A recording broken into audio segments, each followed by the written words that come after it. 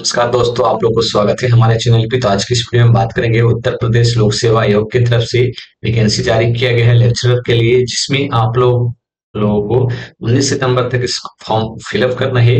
आज की इस वीडियो में बात करने वाले हैं इस लेक्चर से रिलेटेड कि आप लोगों को जो है ये जो जॉब वैकेंसी जारी किया गया है उसमें सिलेबस क्या रहने वाला है और आप लोग को इसमें जो है किस प्रकार से एग्जामिनेशन होगा उसके बारे में बात करने वाले हैं।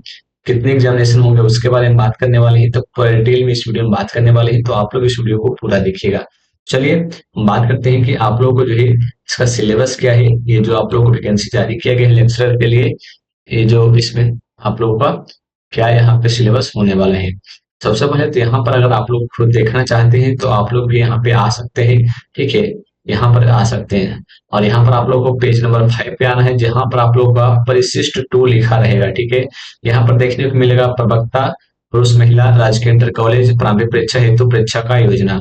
यहाँ पर सबसे पहले दिया गया है कि प्रारंभिक परीक्षा में सामान्य अध्ययन वैकल्पिक विषय का एक प्रश्न पत्र होगा जो वस्तुनिष्ठ एवं बहुकल्पी प्रकार का होगा, जिसमें प्रश्नों की संख्या 120, वैकल्पिक विषय का 80 प्रश्न तथा सामान्य अध्ययन में 40 प्रश्न होगा, जो कुल अंकों का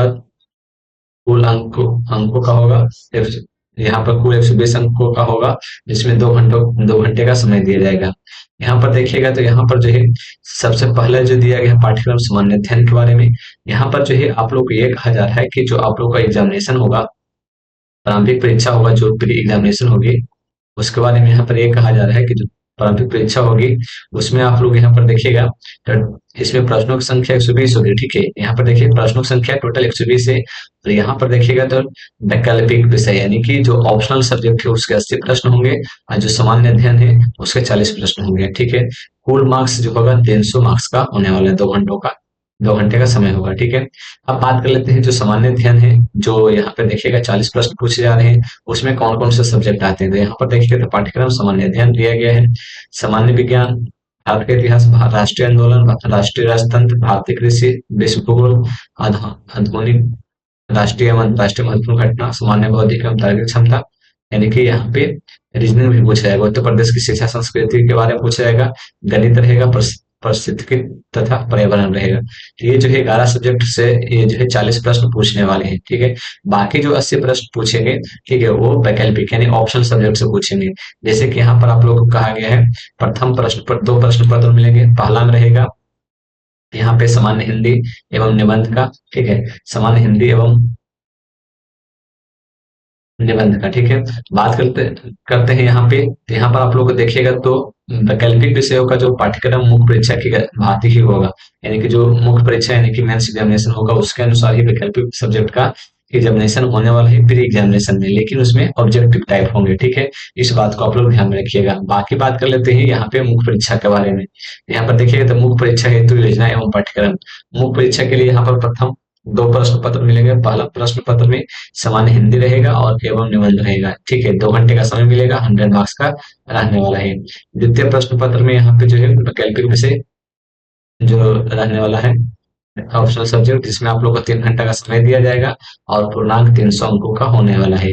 अब बात कर लेते हैं यहाँ पर कि आप लोगों का पाठ्यक्रम क्या है। तो अलग अलग सब्जेक्ट के लिए अलग अलग पाठ्यक्रम दिया गया है, जैसा कि आप लोग यहाँ से चेक कर सकते हैं। जैसे हिंदी है, आप लोग आपने अगर हिंदी, जैसे कि यहाँ पर जो है प्रथम प्रश्न पत्र जो है हिंदी एवं निबंध दोनों सभी कैंडिडेट के लिए सेम रहेगा। तो सामान्य हिंदी यहाँ पे दिया गया है, जो आप लोग देख सकते हैं अलग अलग यहाँ पे टॉपिक मेंशन की गई कौन कौन से, जैसे हो गया विलोम शब्द, प्रयाची शब्द, तत्सम, तद्भव, क्षेत्रीय, विदेशी, वर्तनीय, अर्थबोध, रूप, संधि, समास, क्रियाएं, हिंदी वर्णमाला, विरामचिह्न, शब्द रचना, वाक्य रचना, अर्थ, मुहावरे, लोकोक्तियां, सभी से यहाँ पे जो है प्रश्न पूछे जाएंगे। ठीक है, और उसके बाद फिर आप लोगों को जो सेकेंड सब्जेक्ट रहेगा हिंदी निबंध का, हिंदी निबंध में आप लोग देखिएगा तो 6 टॉपिक दिया गया, साहित्य संस्कृति, राष्ट्रीय विकास, राष्ट्रीय अंतर्राष्ट्रीय, विज्ञान पर्यावरण, प्राकृतिक आपदाएं एवं उनके निवारण, कृषि उद्योग एवं व्यापार। इससे आप लोग को सब्जेक्ट होने, इस सब्जेक्ट से आप लोग क्वेश्चन होने वाले हैं। ये हो गया प्रथम प्रश्न पत्र यानी फर्स्ट पेपर में आप लोगों को का सिलेबस हमने बताया। अब बात करते हैं द्वितीय